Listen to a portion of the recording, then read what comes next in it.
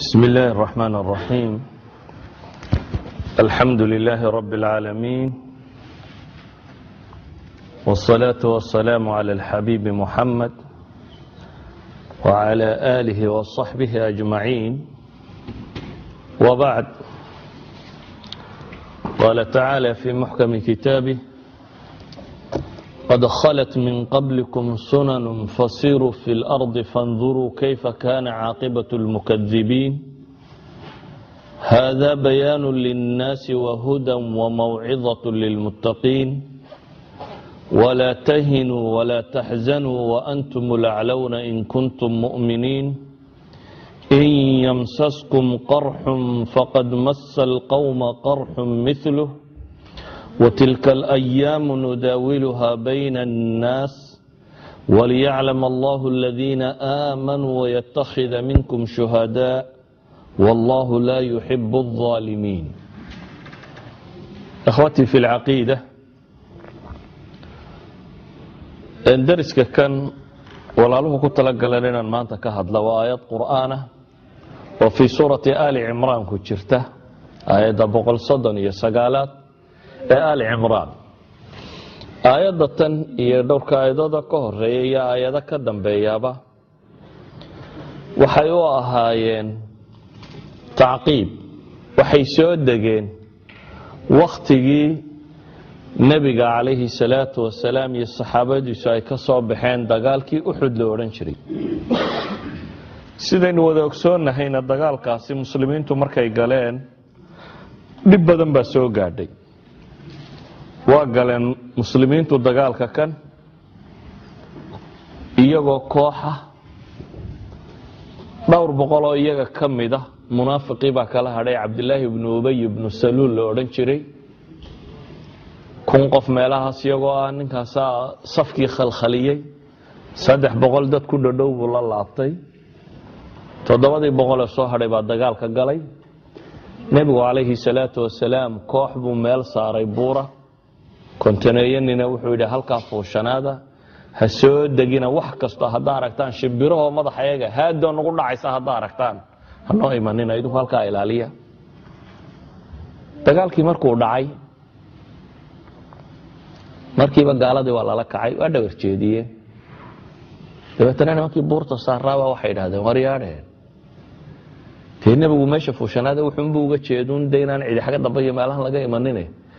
gaala waa aragtaanoo jabe eh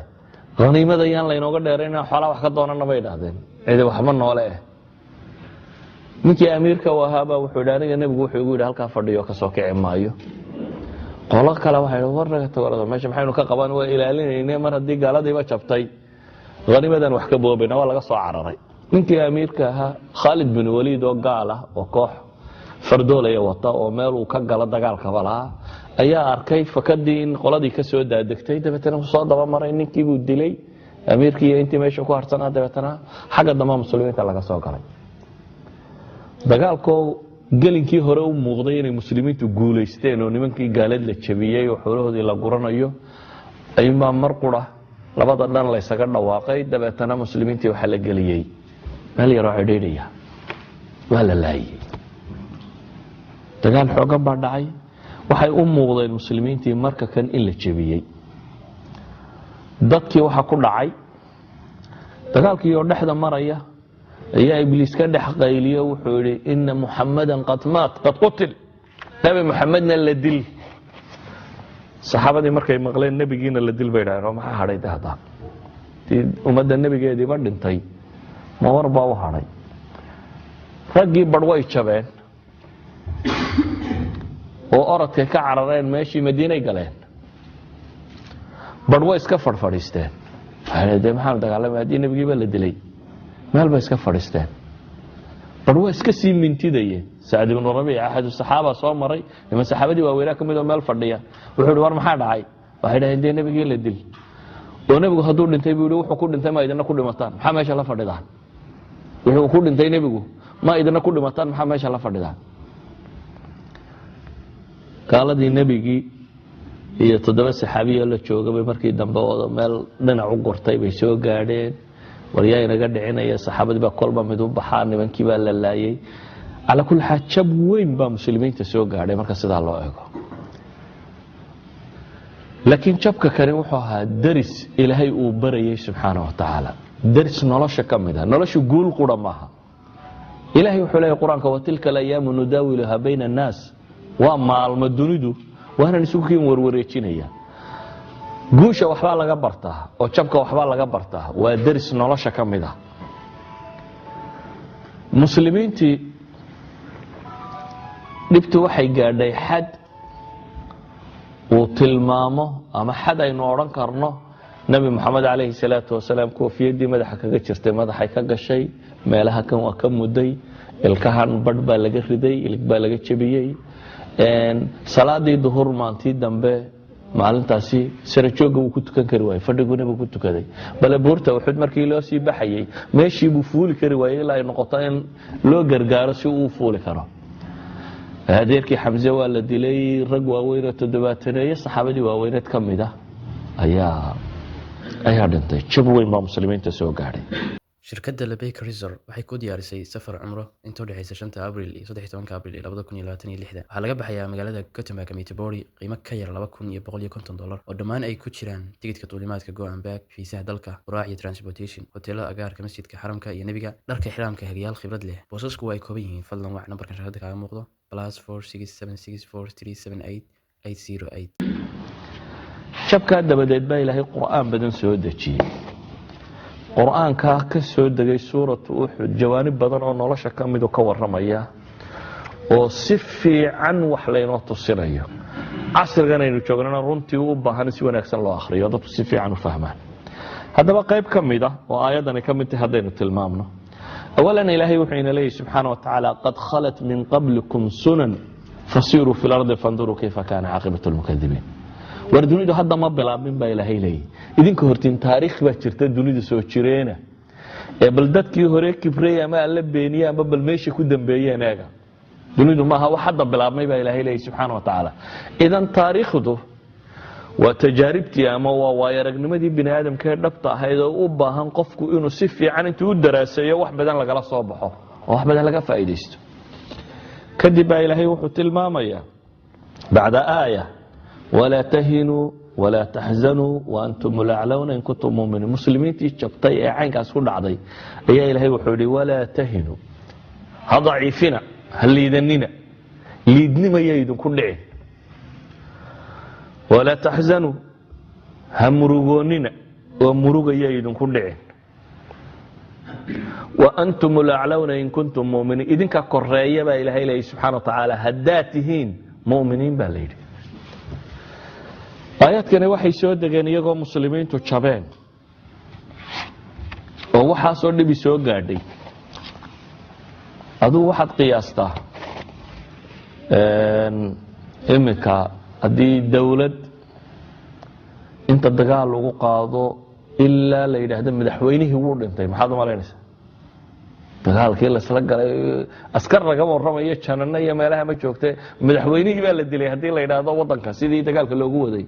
يعني waxa la dareemayna waxba ka soo harin hadday muslimiintu joogeen lagu dhawaaqo la yiraahdo hatta nabi maxamed baa la dilay warka ay uu soo baxo ilaahay subhanahu wa ta'ala waa ka u tilmaamaya marka balaayinku in daraasa laga qaato wama muhammadun illa rasulun qad khalat min qablihi ar-rusul afa imata aw qutila inqalabtum ala a'qabikum wa man yanqalib ala aqibayhi falan yadurra allaha shay'a wa sayajzi allahu ash-shakirin إلهي وحلاه وما محمد والنبي محمد ما ها رسول الذي كهر هرتي أي رسول الله تجين مو يعني هدين لديله أما أولنته ندي دون طبعا هود عده مدينة كان نقول إنسان به إلهي سبحانه وتعالى يعني وحي إلهي تلمامي حتى النبي قوين هدول بنته إسلام وينو شريه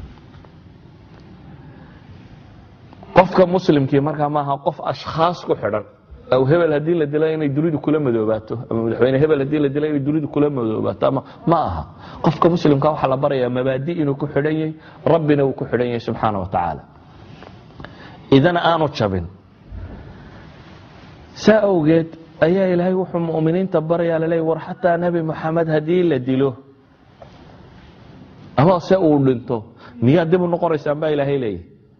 haddaad dib u noqotaan falan yadura allaha shay ilaahay hadda waxba mayday yeelin baa laleeyahy subxaana wa tacaala. qofka mu'minka ah dhibi way soo gaadhi kartaa, laakiin waxaa laga rabaa kow athabaat cala almabaadi, dadku inay mabaadi'dooda iyo diintooda iyo caqiidadooda haystaan. laba,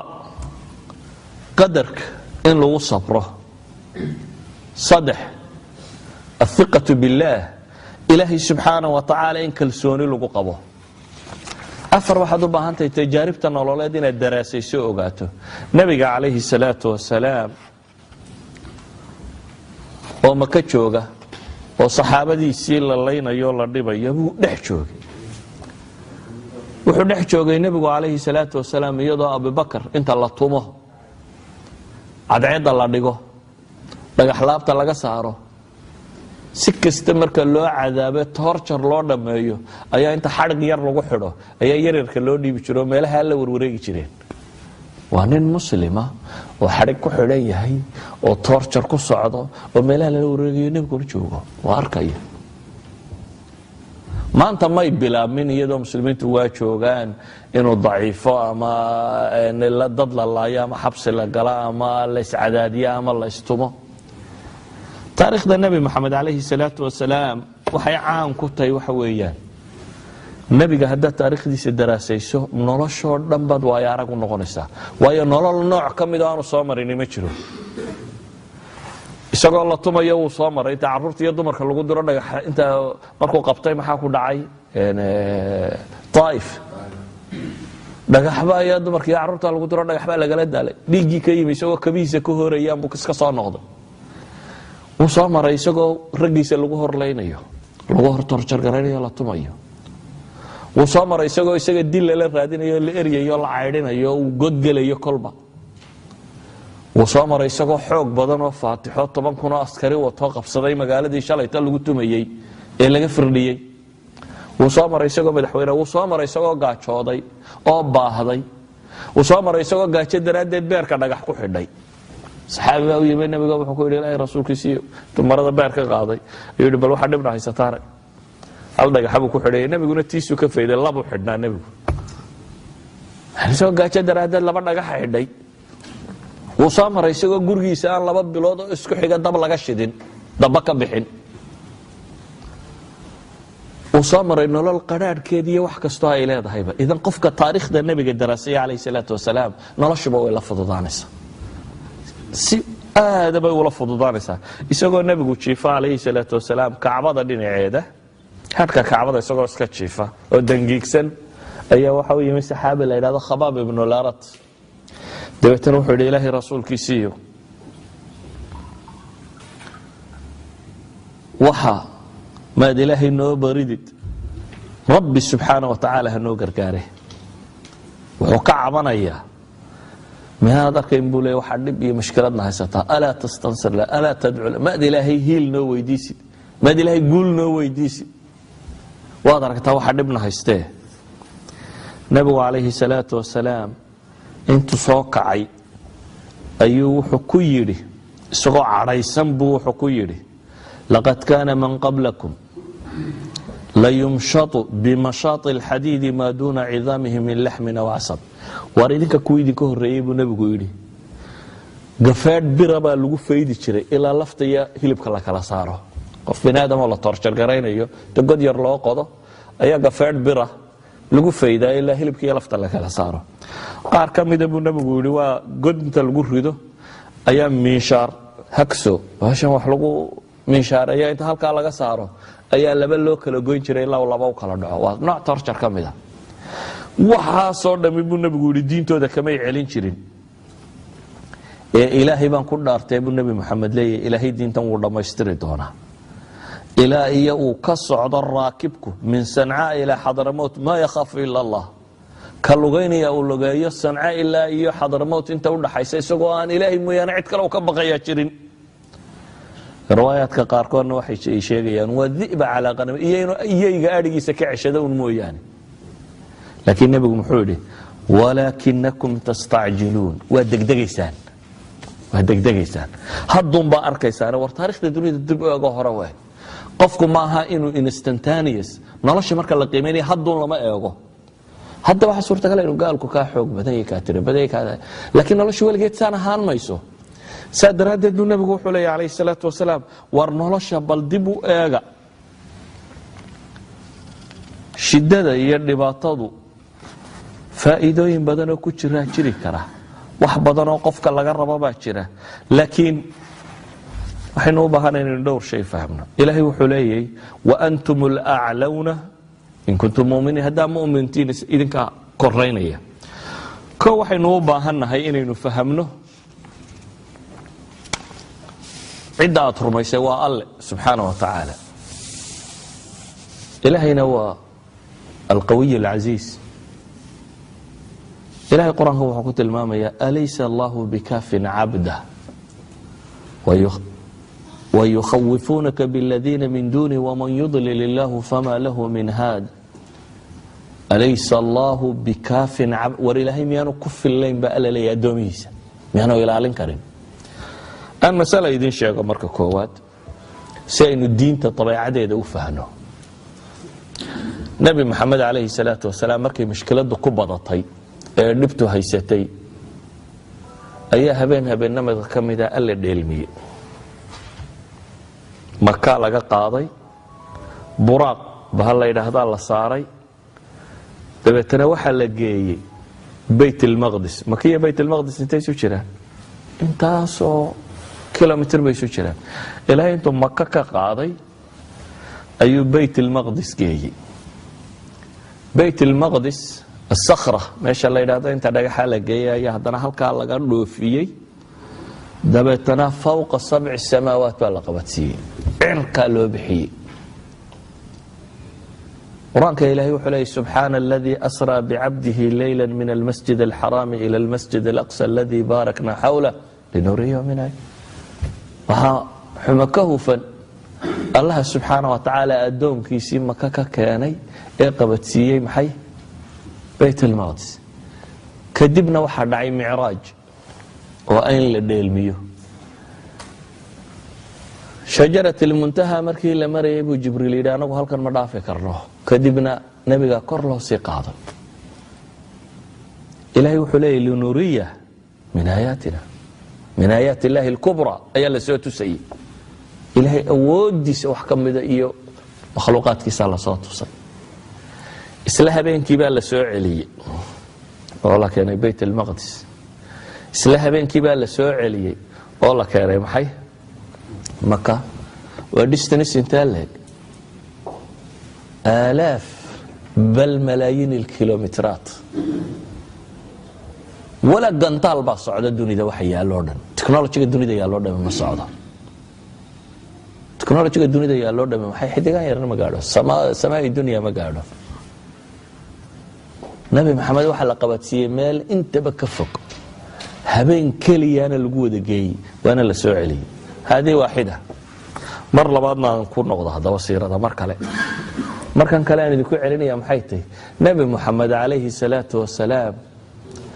gaala intii heshiisay waxay tidhi waa dilaynaa go'aana baa la qaatay qabaa'ilkaanu qaybino 10 inaan hala soo saaro waa kaasi dabeetana seeftaha lagu wada kulmiyo reer bani haashim dhiiga cid ay u raacaan markay garan waayaan carab oo dhan laba dagaalami karaan waxa magtooda ay aqbali doonaan deysna hayna dhaafo magtana hala qaato ilaahay subxaanahu wa tacaala wuxuu faray inuu hijroodo nabi maxamed wixii awoodiisa ama awood bani aadam wixii ahaayoo dhan buu sugay sagii abi bakar laba neef oo la fuulabay si meel sii daajisteen oo dhigteen nin gaala ayay kireysteen oo dhul mareena oo wadooyinka kala yaqaana cunay xidhxidheen safarkaasi ay ku sii gali karaan goor aan dadku soconin si aan loo arag buu ka baxay guriyihii si ay u raad gataan buur bay fuuleen oo adaad saxara lugayso de raadkaaga markiiba waa la helayaa meeshaad ka baxday may u bixin ba xaqi saxare buuraleyda ay u baxeen koonfura iyadoo madiina ay waqooyi xigtay xaqi waqooyi may qaban koonfur bay qabteen si raad raac xaqa markuu ka doono aan hore loogu helin iyana xaggan u socdaan si aan loo raadin karin calaykum assalaam waraxma ayay buuralay galeen si ay u dhuuman karaan buu 3 habeen oo isku xiga god ku jireen godkaasay gaaladu intaysa soo dul taagtay ayaa abubakar wuxuu yidhi ilaahay rasuulkiisii ina arkay ما ظنك باثنين الله ثالثهما ابو نبي ومحاض مالين صلى الله عليه وسلم لا تحزن هم رغون إلهي بين الجرين لبا الله ومعود يمل ما قول درستاني هم رغوني قد كيبا كبحين لحظة مركي مريين أي ورك عربي مركي أي ويدي أي وحي بلن قاطي ننكي حيا أو ميتا مضح النبي محمد يا أبي بكر عندي كانتا boqol halaado geel cascasayn madax kasta laga siinayo arabtii dagaalyahanada ahayd ee kaymahoodii aymahooda iska joogtaa warkii soo gaadhay waa ka tilmaamaya saxaabigii la odhan jiray ahadu saxaaba ka mida al-ashjaci ninkii ahaa suraqata ibn malik al-ashjaci wuxuu leeyahay anigoo naadigii reerkayga halkii lagu shiri jiray anigoo fadhiya ayaa mid soo galay buu yidhi markaas wuxuu yidhi halkaa 2 nin baa sii socday oo aan u malaynayo ma uraa ilaa muxamed iyo saaxiibkiina yihiin mooyaane cid kale u malayn maayo markaasaan idhi buu yidhi war waxba maad aragay war waa hebel iyo hebel waxba maad aragay iska fadhiso waxaan islahaa buu yidhi dhiigooda yaan cid kula qaybsanayna 200 halaad kaliya heshide dabeetana jaariyad buu hoosta ka diray wuxuu yidhi faraskii iyo warmihii soo qabo faraskii baa loo qabtay warankii wuxuu yidhi markaan iyaga ka baxay gurigii tagay waxaan sidii buu waranka hadaad qaadato cadceedu markay ku dhacdo walacdiisa meelaha laga arkiyo ciidda inta nafka u galiyaan jiiday buu leeyahay waxa soo dhan wuxuu sameeynaa dhigooda yaan cid kula qaybsanin aad adigu qaadatid xoolaaye markii ilaahay dhulka la gooyay faraskiisii ee suurtoobi weyday nabi maxamed siba ku nabad galay mas'ala waahida baan markaa rabaa inaan tusiyo nabi maxamed wax 500 kilomitir ka yar dhowr iyo 10 maalmood buu socday makiya madiina inta u dhaxaysa dhowr iyo 10 maalmood buu lugeynayay oo godgalayay oo haraadayay oo lugeynayay oo soconayay oo la eriyanayay oo u baqayay mar kalena habeen qura ilaahay intuu dhoofiyay maka inta laga dhoofiyay la geeyay maxay bayt al-maqdis laga dhoofiyo xagee la qabadsiyay samada la qabadsiyay maxaa ku jira marka ilaahay meena awoodi kareen markaan gaaladuba ay rabshada waday inta maka lagala boodo in la yiraahdo madiina fadhiiso maxaa bay ku daba socon waxay dhahdaan tahore waa maxallu tashriif linuriyahu min ayatina al-kubra wala sharfa nabi maxamed inuu aayaadka alla soo arko ilaahay ba xoogiisa wax ka tusay tanina waa tashriic baa la leeyahay waa waxa layna rabo inaynu ku dayano inaga layna taxabay ilaahay awoodu ma waayin ilaahay dadkan kan wuxuu oran lahaa gaalo dhamay dhimo waa dhimo lahaay ama qasab ku islaama oo islaam lahaay وهو على كل شيء قدير بيده الملك أليس الله بعزيز ذي انتقام أليس الله بكاف عبدا إلهي قرآن كم حكوت المامي ور إلهي ميان وحول بأودين ميان قعنتي سي وحول بكتشرين ميان وحول بصمين كرن طبعا وحول بصمين كرن إمسا قوم با إلهي دولك لقوي إلهي قرآن كم حكوت المامي يقارو كرو قادو دولك انت للقوي هدنا انت يسيو سعودين ورمو دقحان لغو قراعي نارتا لغا كياني دبتنا دولك لغو أبوري قوم اللوط قال بقى الله تلمامي شيغان يا انا ربكم ولا على ما علمت لكم من اله غيري وبدا انت الهي كلا جخي markuu soo galay la isugu dhirbaxay oo ilaaha dameedkiisa yaalo oo ilaahay yiri waqtigaaga reebaya si aad dadka dambe waana ugu noqoto qaar baa ilaahay noo tilmaamay lagu qayliyay oo qaylo ku dhintay kana maajaasu nakhlan khawiya qaar baa la tilmaamay sayha qaar baa la tilmaamay matar oo lagu qariyay yaani ilaahay wuxuu noo tilmaamay ummad dhan oo la baabiyay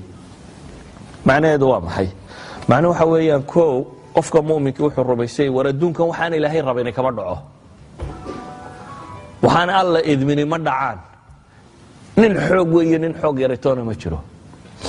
laakiin inaga la inay taxaamaya ilaahay waa awoodi kariya diintiisa inuu gargaaro biduun ay shay kun fayakun ba awoodisa wa idha arada shay'an yaqulu lahu hadu wax doonaya ilaahay wuxuu yiraahdaa kun fayakun wa hanaya لكن waxay culimadu yiraahdaan inaga ku jirna mawduuc imtixaan idan adigaa lagaa rabaa mushkilad kastoo kaa hor timaada imtixaanka ma ku guulaysanaysaa mise waad ku dhacaysaa adaa lagaa rabaa mas'alo kasta ma sax baad uga jawaabtay mise qalad baad uga jawaabtay adaa lagaa rabaa mashaakilka soo baxay oo dhan inaad si saxa uga jawaabtid saa daraaddeed ayuu rabbi subxaanahu wa tacaala wuxuu ina leeyahay walaa tahinuu war ha murugoonina ha liidanina oo walaa taxzanuu ha murugoonina waantum laclawna in kuntum mu'miniin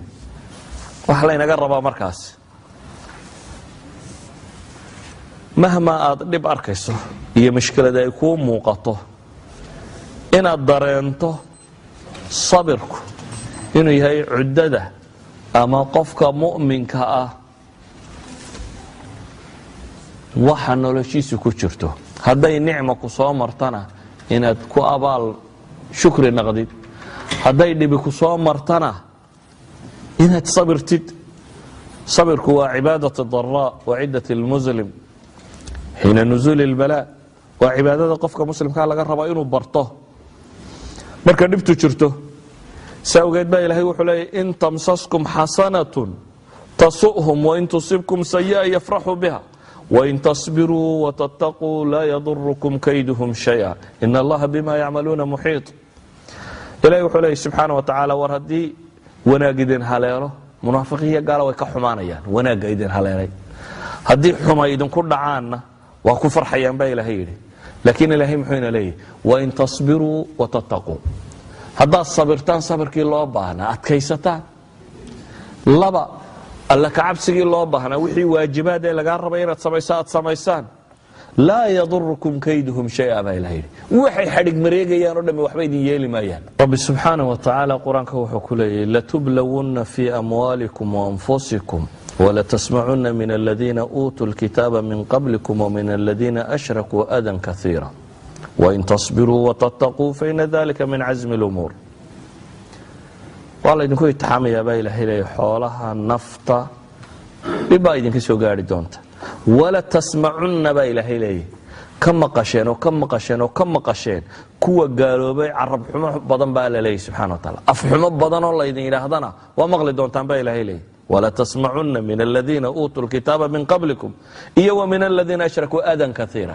adyad tiro badan baa ka maqli doontaan baa ilaahay leeyahy laakiin ma la waajibu calayna wain tasbiruu watattaquu baa ilahay yidhi faina dalika min casmi lumuur haddaad sabirtaan oo adkaysataan idan meesha waxa yaala qofka mu'minkii horta waa inuu rumaysan yahay allahu subxaana wa tacala inuu yahay huwa alqawiy biyadihi اlmulk wa huwa cala kuli shayin qadiir lahu ma fi الsamaawaati wama fi اlard inuu alle subxaana wa tacaala dunidan xukmo marka hore waa inaad rumaysaa iimaankay ka mid ahay inaad garato dunida tani inaanu ilaahay mooganayn walaqad khalaqnaa fawqakum sabca طaraa'iqa wamaa kunaa can اlkhalqi haafiliin baa ilahay yidhi war ma moogani baa alla leeyahy subxaana wa tacaala waxaanaan abuuray qofka mu'minkii markaa waa inuu rumaysan yahay inaanu hadduu alla ku tiirsado inaanu marnaba dhibi soo gaadhin saa daraaddeed buu nebi moxamed calayhi salaatu wasalaam markay ugu adkayd wuxuu leeyahay laa taxzan ina allaha macana ha murugoonin buu yidhi ilaahay baa maceenna ah faanzla allahu sakiinatahu calayhi waayadahu bijunuudin lam tarawha wajacala kalimat aladiina kafaruu sufla wakalimat اllahi hiy alculya wallahu casiizu xakiim ilaahay baa xasilooni ku soo dejiyey baa alla leeyahy subxaana wa tacaala waayadahu bijunuudin lam tarawha baa ilahay yidhi ciidamo idinku aydan arkaynin baa ilaahay ugu hiiliyey kownkan ilaahay baa maamula markaa qofka mu'minkii marnaba ma aha qof dhib dareema waayo nebigu calayhi salaatu wasalaam wuxuu leeyahy cajaba liamri lmu'min arrinka qofka mu'minkaa yaab leh ina amruhu kulluhu lahu khayr wax kasta uu sameeyaba khayr bay u tahay buu nebigu yidhi calayhi salaatu wasalaam waayo wuxuu nebigu leeyahy hadday nicmo noqotona wuu sabray wuu ku mahad celinaya shakar hadday noqoto buu nebigu leeyahy calayhi salaatu wasalaam dhibaatana wuu sabraya labada goorbanoo khayr buu helayaa buu nebigu leeyahy alayhi salaam qofka mu'minkii markaa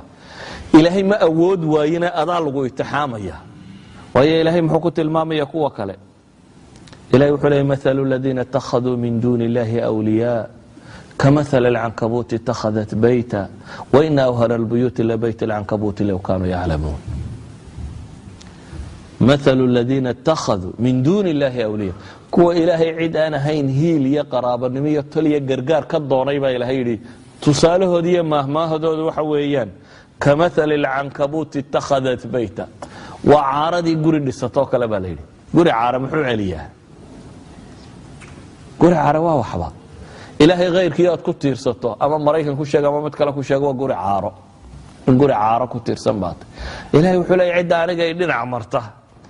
إلهي غير كيستر هذا عزي حوق يكدورة تمر كمثل العنكبوت اتخذت بيتا وإن أوهن البيوت لبيت العنكبوت با إلهي قري وحاول لي توجه العسن قري عاربا لله سبحانه وتعالى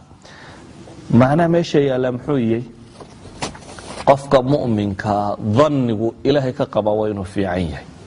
صدر دد با إلهي وحليه سبحانه وتعالى مروق ييدن كدعين إيا ضعف يلي دش التورة مؤمن إلهي كالصون نقض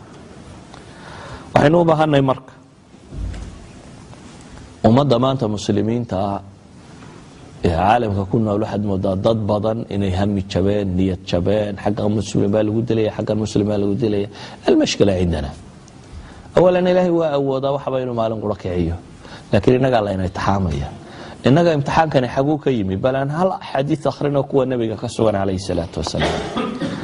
نبي عليه الصلاة والسلام حديث كيف طوبان ورنا يوحوري يوشك الأمم أن تتاعى عليكم كما تداعى الأكلة إلى قصعتها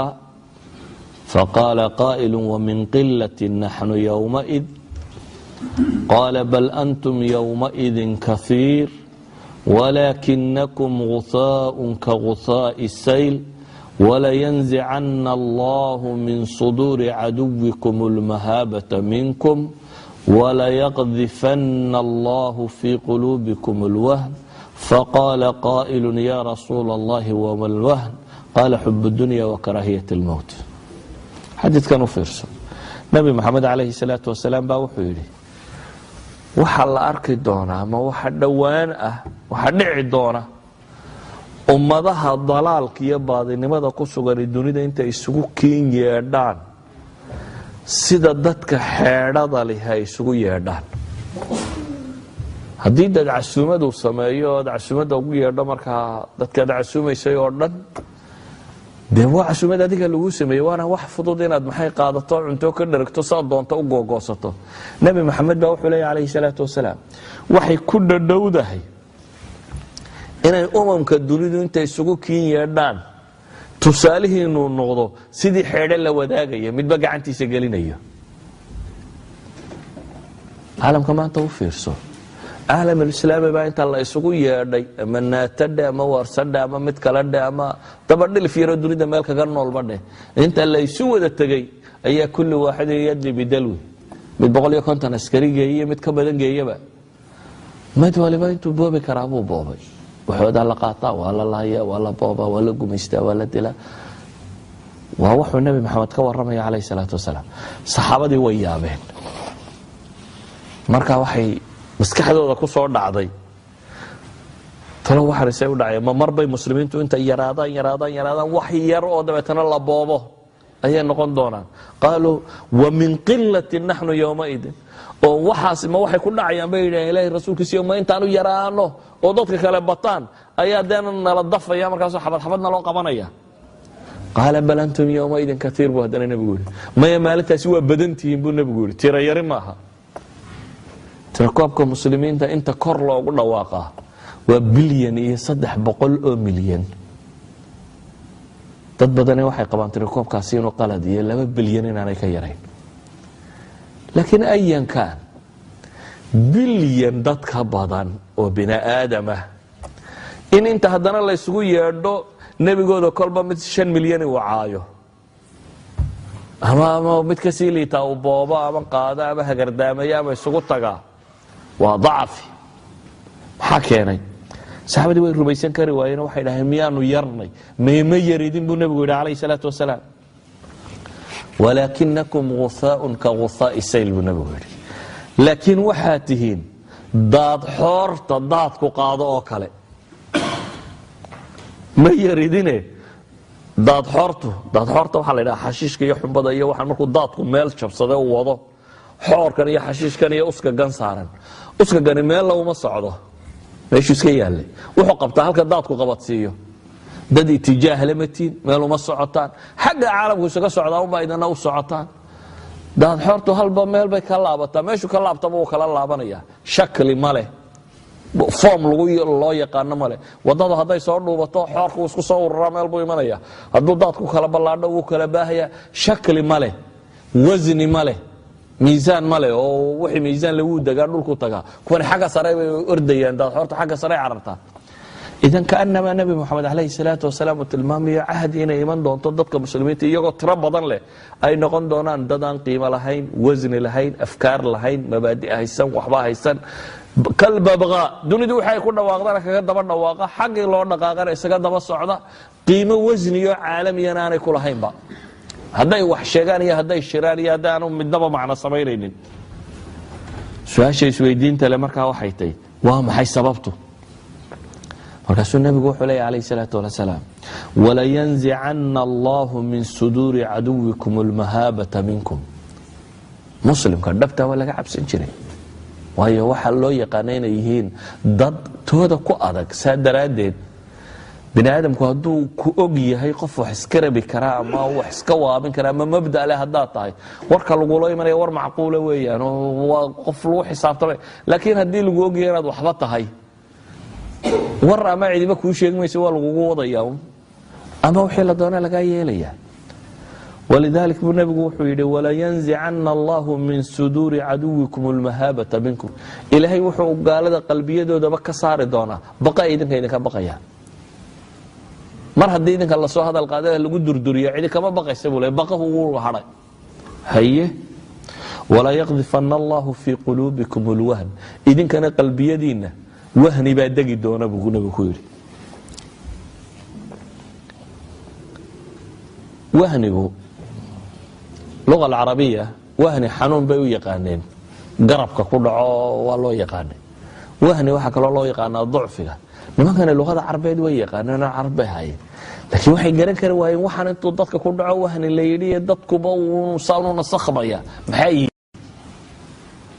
dabeetana waxay idhaaheen yaa rasuul allah wama lwahnu. carabi ha wahni waa la garanayaa, laakiin wahnigan dadka ku dhici doonaa muxuu yihi? qaala xub dunya wa karaahiyat lmowt buu nabigu yidhi alayh salam. waxaa idinku dhacaya buu nabigu yidhi calayhi salaatu wasalaam adduunye jacayl iyo aakhira nacayb ama geeri nacayb. nabigu wuxuu ku sheegay xanuunka rasmiga ee qofka dadka mu'miniinta a la hadhi doonaa inuu yahay masaladatan adduunye jacayl, xubu dunya. waayo qofka mu'minka adduunka iyo aakhiro, mu'minka saxa aakhira la weyn. acmaasha adduunya acmaasha aakhiro wuxuu horaysiya acmaasha aakhiro. wax walba wuxuu ku qiimeeyaa aakhiro maxay ka goynaysaa, jannay goysaa ama naar bay goysaa. waa qof aragti dheer oo meel badan ka fakeraya. kooda siyaasigii kama fakero dunida dowladani say noqonaysaa, wuxuu ka fakeraa ilaa aakhiro dadkani maxay soo baxayaan. time intervalka uu ka fakera uu ka dheer yahay. bulshada tani intee bay ba'aysaa, intee bay si hagaagaysaa. ama kooxdan waxaa ku dhici doonta buu nebigu leeya calayhi salaatu wasalaam adduunyadu ay jeclaadaan oo isku nabaan iyo geeridu aad nacato. geerida waxaad u nacaysa aakhira waxba kaaga horeyn. adduunna dee lagama dhergo, 2 bilyanna waa isku qabsanaysaane bini aadam, 6 bilyan ee dunida ku kornool waa idin dhex maraya. idan wuxuu nebigu calayhi salaatu wasalaam xadiidkan ku tilmaamaya waxa weeyaan dacfigu waa kan haddii kan loo helo kan baa wuxuu yahay maxay? waa mukhadar. dhakhtarku markuu qofka rabo inuu qalo,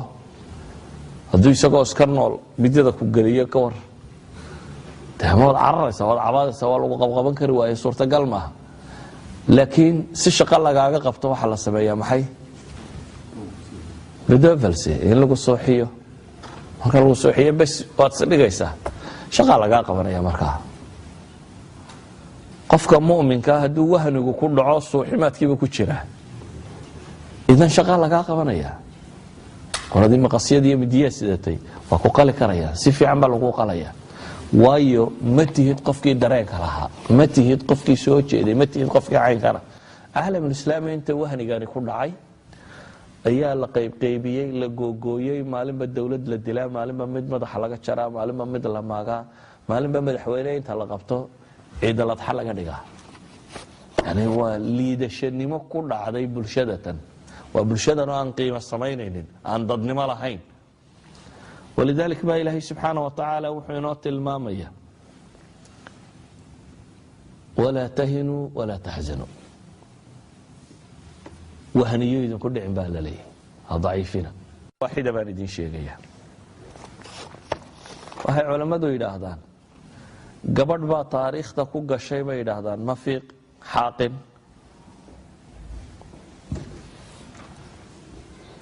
waxaa jirtay nebiga calayhi salaatu wasalaam masaajidkiisii gabadh baa timi qof dumara oo aan waxba haysanin masaajidka gudihiisa khaymad yar looga dhisay bool yar baa halkaasoo kale looga dhisay masaajidkii nebiga calayhi salaatu wasalaam halkaasay deganayd dabeeta iyana waxay ka fakertay inay islaamka wax u qabato qof muslim oo caaqiloo meel iska fadhiya ma jiri jirin inay islaamka iyana wax tarto waxay qaadatay fikradda ah iyaduna inay qaadato aragtida ah inay ugu yaraan masaajidka nadaafadiisa iyana inay ku guulaysato markaa iyana masaajidkay nadiifin jirtay masaajidkii nebiga calayhi salaatu wasalaam waxaa u aragtay shaqaday qaban kartaa inuu yahay masaajidka nadaafadiisa inay ka adkaato habeenkii dambe goor habeena wadkii u yimi way dhimatay saxaabadii waa la qaaday waa la maydhay waa la kanfay waa la kaxeeyey xabaalaha la geeyey waa la soo aasay khalaas subaxii dambe ayuu nabigu calayhi salaatu wasalaam gabadhii buu waayey markaasuu yidhi war meedayeen qoftii dumar ee masaajidka teganay isaga ilaahay rasuulkiisii xalaytay dhimato dee waxaanu tiri nebiga gurigiisii uu tegey waxbaa soo kicinin dee waa soo aasanay wixii ay u baahnayd waa soo qabanay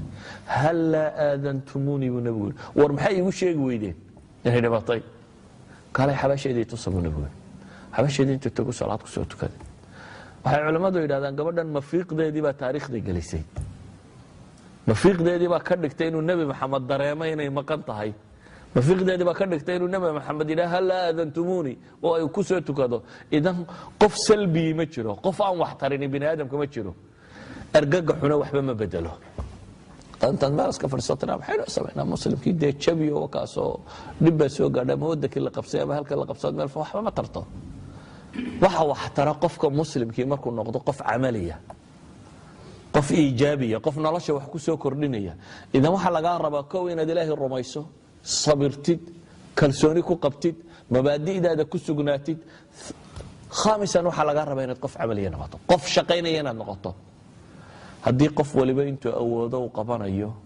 beri horey wax waliba dhammaan lahay qof waliba qof aan wax qaban karin ma jiro war nabi maxamed calayhi salaatu wasalaam wuxuu yidhi balliquu canii walow aaya dadka iga gaadhsiiya aayadna ha noqotee midaan faatixada aqooni miyuu idinku jiraa faatixada waa imse aayado 7 aayadood 7 aayadood waxay u baahan yihiin in maxay la gaadhsiiyo dadka kale taa macnaheed waxa weyaan qof aan wax qaban karin ma jiro laakiin waxaa soo ururtay dadkaan camaliyiin ahayn haddii baynu leenahay gabadhe ay mafiiq taariikhda ku gashay oo nebi maxamed ku xusay oo uu leeyahay maxay i ogeysiin weydeen oo uu ka daba tegay oo xabaasheedii ku tukaday imisaynu awoodnaa markaasi laakiin waxaa islaamka soo bixiisii waxay nagu raajinaya dadkii wax awoodayo wax qaban kari la acmaashii oo dadku ay qaban kari lahaayeen waxaan ku soo koobayaa markaa dunidan ilaahay baa iskale subxaana wa tacaala isagaana gagadinaya dadka muslimiintiina walilaahi alxamdu nicmay ku sugan yihiin laakiin in yar bay u baahan yihiin nicmay ku sugan yihiin oo iimaan bay haystaan nicmay ku sugan yihiin oo dhulka ilaahay abuuray dhulalkii ugu fiicnaa bay haystaan nicmay ku sugan yihiin oo macaadinta iyo enerjiga dunida lagu hayo hadday mid cadceedeed tahay iyo hadday mid dhul ku jirayba tahay kii ugu badnaa way haystaan nicmay ku sugan yihiin oo bashariyada marka la eego da ahaan da'da ugu fiican bay joogaan oo dhallinyarada nicmay ku sugan yihiin oo waa bashar bilyan iyo badh ku dhodhow oo tirada intaasi leeg nicmay ku sugan yihiin mantiqada ilaahay dejiyaa mantiqo istaraatiijiya oo dunida dhammaanteed isku xidha xoogaaga qaraasinada Soomaaliyeed baa qaaq dunida ka samaysay maxaad u malaynaysaa inta caalamul islaami dago haddii islaam uu xukumi karayo nicmay ku sugan yihiin laakiin waxa ka maqan tartiibul umuurkii baa ka maqan waxa ka maqan gurigooda inay hagaajiyaan uma baahna cid kale laakiin waxay u baahan yihiin gurigooda inay hagaajiyaan waxa ay ku hagaajin karaana waa hadday u soo noqdaan islaamnimadooda iyo diintooda hadday ku soo noqdaan marka waxaan ku soo koobaya insha Allah taala si fursada ku isweysiisataan u heshaan ilaahay aan ka cabsano subhanahu wa ta'ala murugo iyo baabkana iska dhaafno kalaam badan oo ku saabsan xusniga iyo murugada iyo shariicada qiimaha u qaybiyo waxaas oo iska soo dhaafaya laakiin waxaan ku soo